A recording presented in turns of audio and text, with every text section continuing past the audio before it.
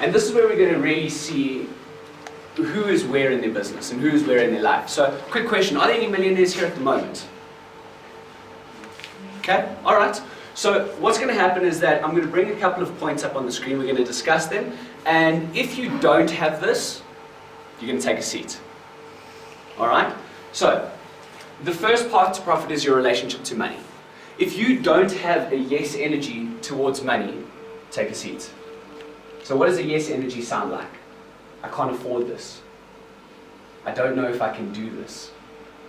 I'm scared. Worried all the time?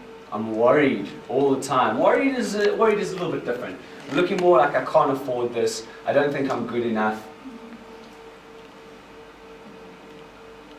Are you on the fence? Is it a yes? Sit down. It's okay if you sit down. Okay, so everyone's still standing. Great, I like it. So you all want to make money, yes? Yes. Okay.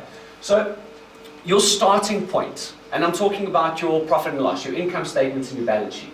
If you don't know where you are within 1,000 Rand, take a seat. Everyone knows exactly where they are. Assets, liabilities, income and expense. Great. All right. This is good. So now we've got this thing called Freedom Day, right? A lot of people talk about retirement these days.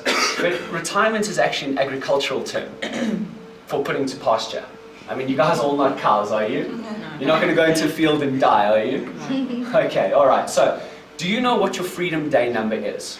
Okay, so we talk about Freedom Day instead of retirement. Retirement, you get old and you get to a certain stage and then you get your money out from whatever packages that you've taken.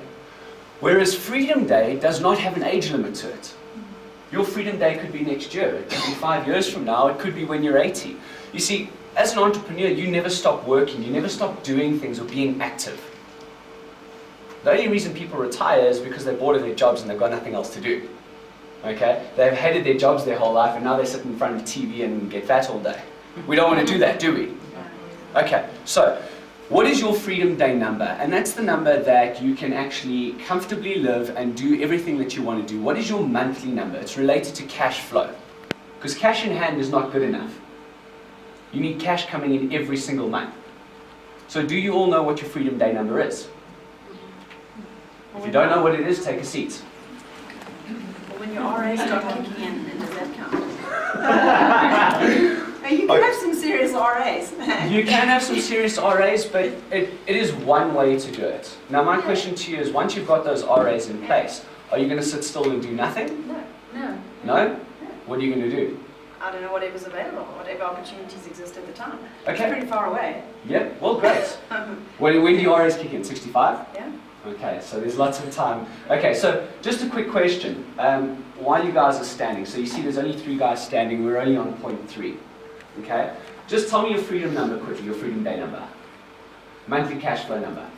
Stop today, doesn't matter. Okay? I'll continue growing. Okay.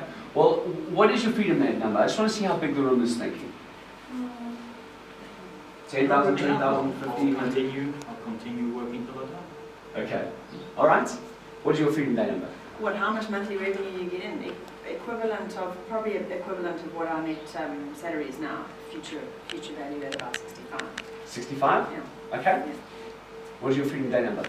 I would say about 145 a month. 145? Pre-taxes and pre...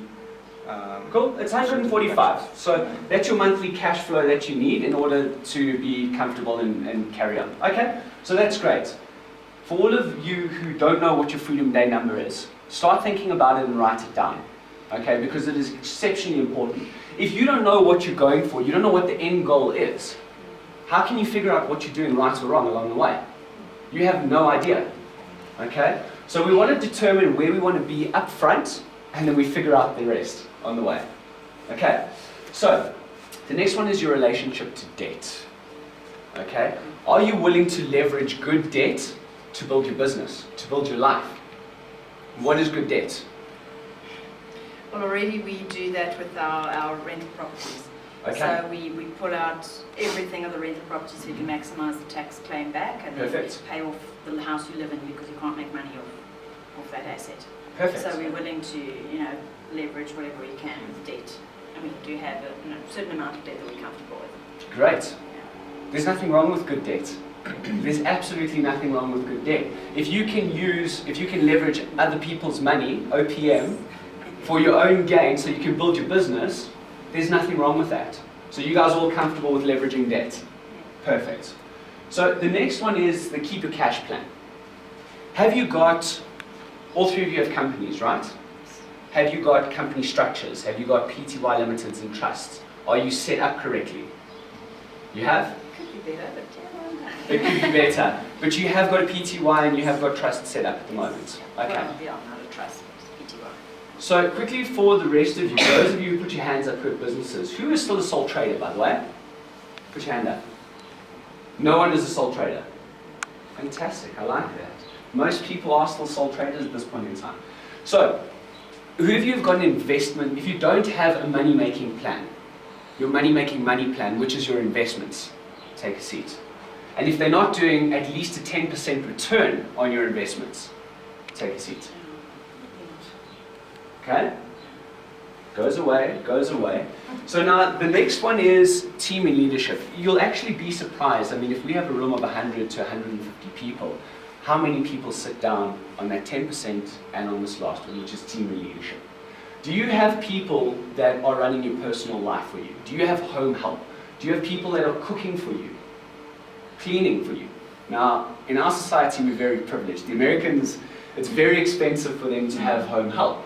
They don't have people, you know, they don't have domestic workers, they don't have garden workers. But I want to take it a step further, because a lot of the time you spend time doing things that are time consuming where you can spend them doing other things, like building your business.